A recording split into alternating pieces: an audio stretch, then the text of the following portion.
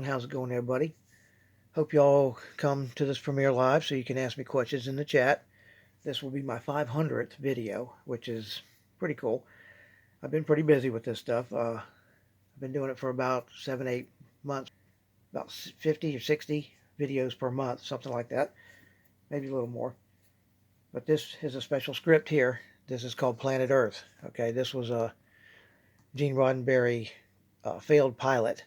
This isn't the actual script for the pilot, though. This was one that was written in case it had been picked up as a series. This was supposed to be an episode written by Jon R. McKenzie in June of '74. Uh, Now, what I've done here is the reason why it's special is because I believe that the writing, which I'll show you right here on my screen,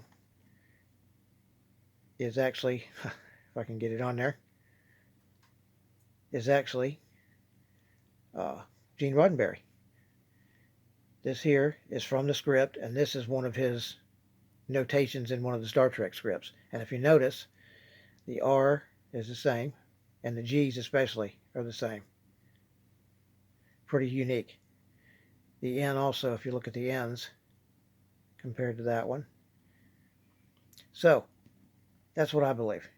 Now, to confirm this, I contacted Susan Sackett. Now, a lot of people don't know who she is, but she started working with Gene Roddenberry in '74 as pretty much like a secretary. And she also did a couple episodes of The Next Generation. So I got hold of her. She was on eBay. I bought a script off of her, Next Generation script that she wrote and signed. And what I'll do is I'll read the correspondence, her back to me. And it says here, I had asked her if she thought that these writings were from Gene Roddenberry.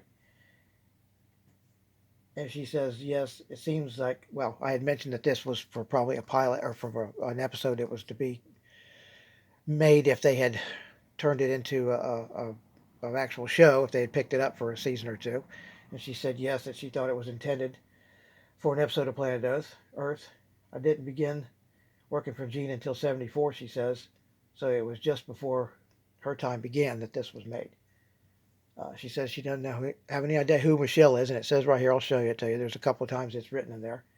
She don't know who Michelle is. She says, I must say that wrong again, Michelle does look like Gene's handwriting. And she asked me if this was a copy or written directly on the page. And she said maybe Michelle was his studio assistant.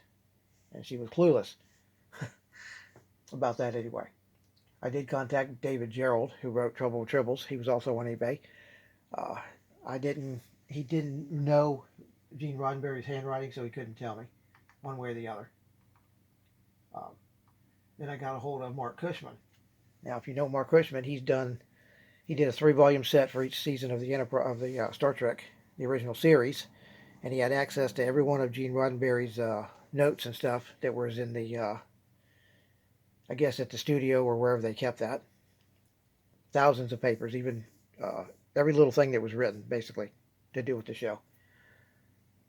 And I'll write what he wrote, or tell you what he wrote. It says, the Planet Earth script appears to be one that was written as the first episode of Planet Earth, in case I suspect it had been picked up as a series. Actually, this is me talking. Excuse me. This is what I wrote him. Okay. What else did I say? I told him that it was by Jon R. McKenzie, right here, you can see. And let's see, what else did I tell him? Planet Earth is Gene Roddenberry. I didn't know if this was in Gene Roddenberry's hand. Okay, and I also said that I talked to Susan Sackett. If I didn't know if he knew her or not, I found her on eBay. And she said that they looked like Gene Roddenberry's notes. Okay, I put on there, I have a few examples of the writing I found on the internet, his writing.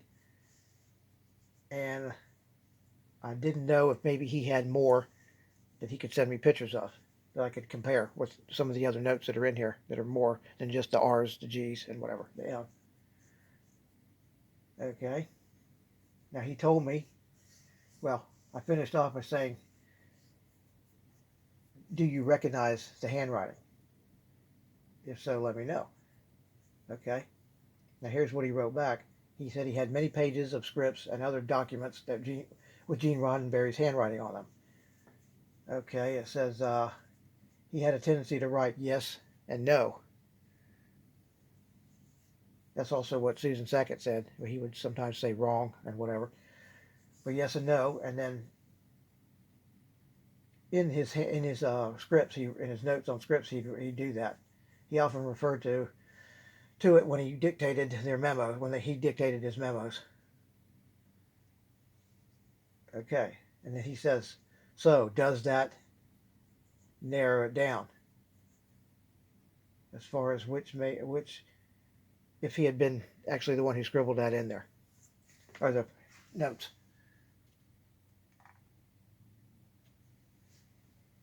Here's another one.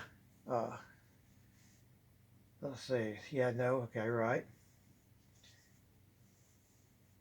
He often referred to yes and no dictating when he dictated him out, because a lot of times he would get a script like this or a story, and he would just dictate it into a recording machine. That's what a lot of them did back then. Okay. He sent me another letter after he sent me a couple of pictures. He said that he thought it's Gene scribbles in the script. As a screenwriter, Gene was one of his mentors, so he knew Gene Roddenberry pretty well, apparently.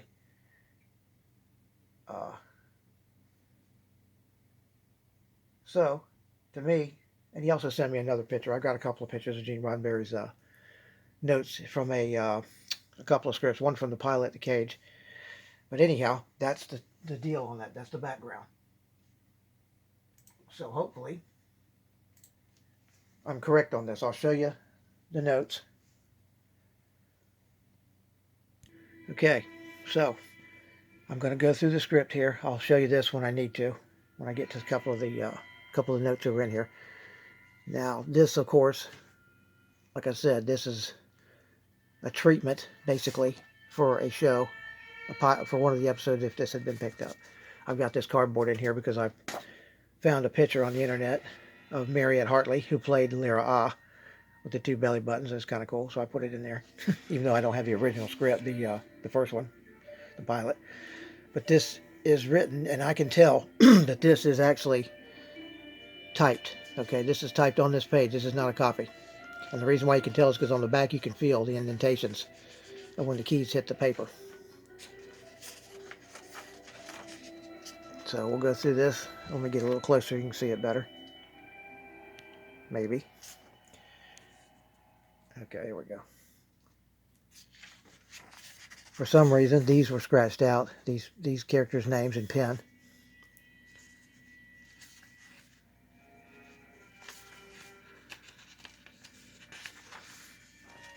Here's some more. These are the sets, the exterior,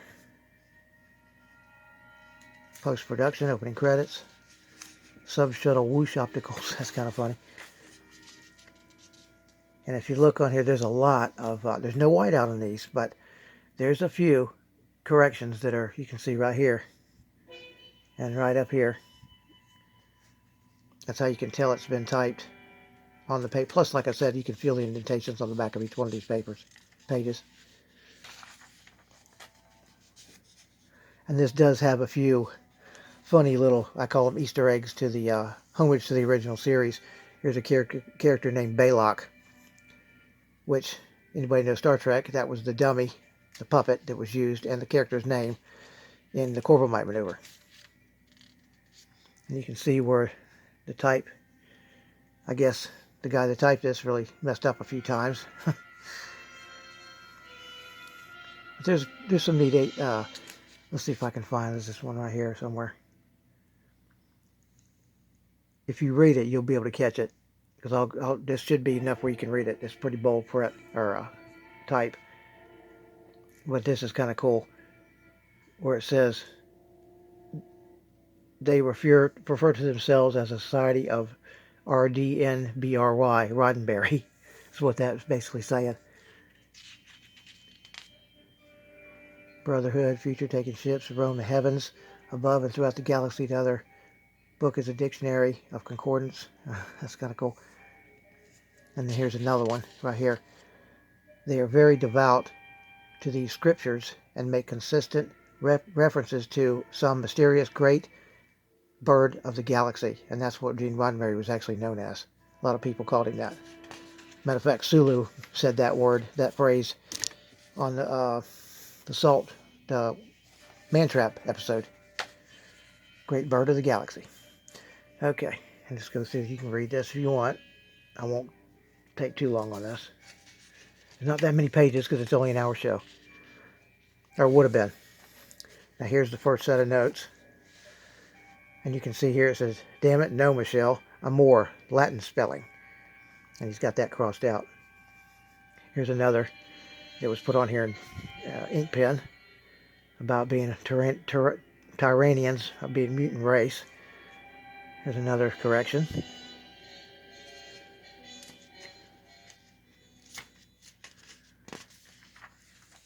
And here's another handwritten deal. No, Michelle. Says there about this.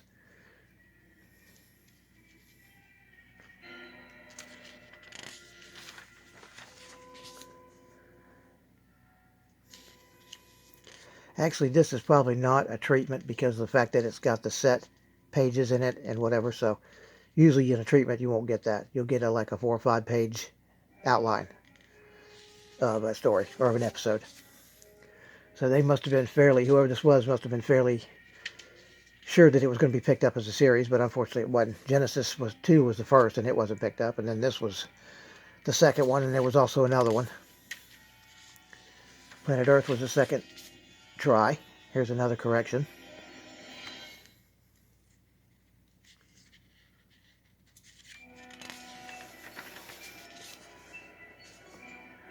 Here's another one. Now the deal on this is, at the very end of the Planet Earth, the movie, pilot movie, the girl with the 2 belly buttons, Lyra-A, was in the city when the nuke went off. But this is supposedly she didn't get killed. Just messed up pretty bad, because this has her in it. And it says that she's pretty disfigured because of the radiation. Don't know how long. I think it was a few months supposedly after that, when the bomb went off. Dylan went back. Dylan Hunt is the main character. A lot of people know that guy. He played on Airwolf. He was the main guy with the mustache and the eye patch. He's the one who played Dylan Hunt on this. There's another crossed out of something. Can't tell because it's crossed out. Looks like her eyes, it says. Or something. Can't see through. I was magnified over the light. I could shine through it and see what it is, but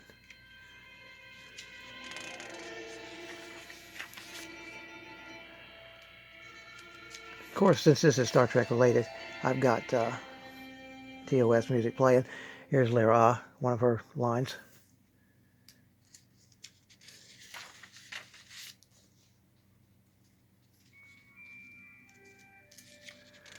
But this was one of my favorites. I've got it on from the 70s. I've got it on VHS.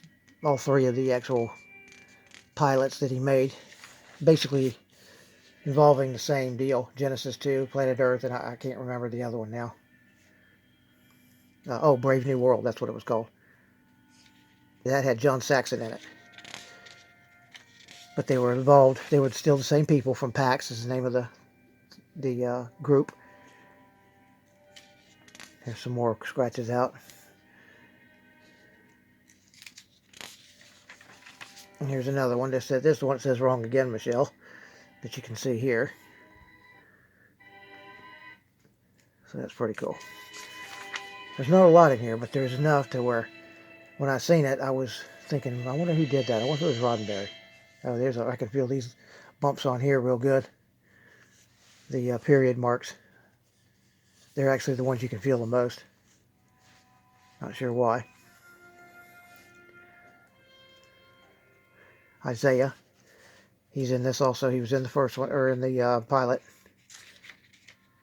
That was actually, what was his name? Cassidy, the one who played Lurch on the Addams Family. He was supposed to be like an Indian or something. He was part of the team. Here's another one. Yes, he would, Michelle. I still haven't been able to find out who Michelle is. Nobody seems to know. At least nobody I've talked to.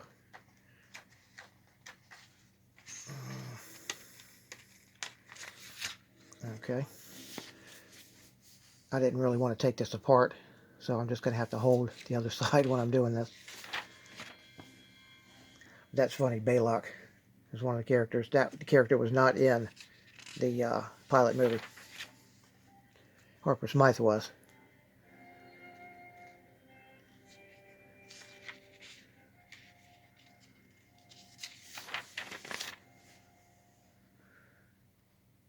There might be one more page, I can't remember now, that has some handwriting in it.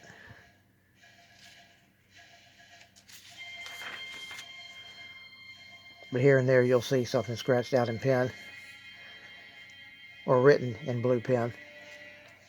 Not sure who would have done that. Don't think it was Roddenberry, because he seemed to have done this all in pencil when he put the marks in here, the notes.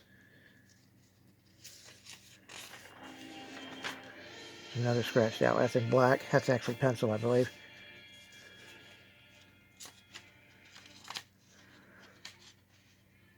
Huh, this thing needs to do with one hand. Alright, there we go.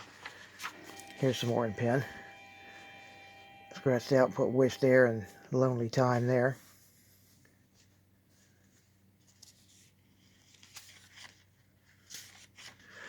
I'll have to dig these out and watch them again. I haven't watched these pilots in a long time. Probably since the late 90s. But I do have all three of them. Problem is, I don't have a VCR to play them on now. So, if I can find them on DVD, I might have a couple of them on DVD. Not sure.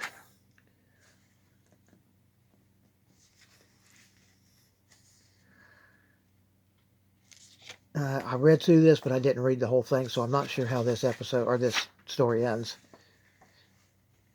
I think Lyra-A ends up finally in this one getting killed.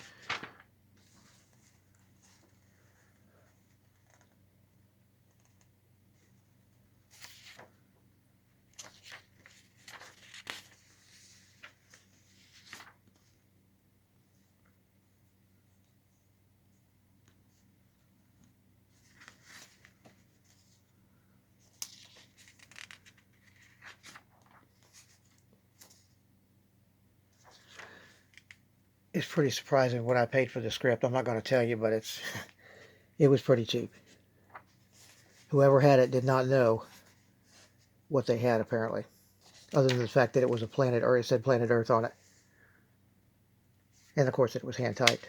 They apparently had no clue who wrote in it, who made the notes. I did, though.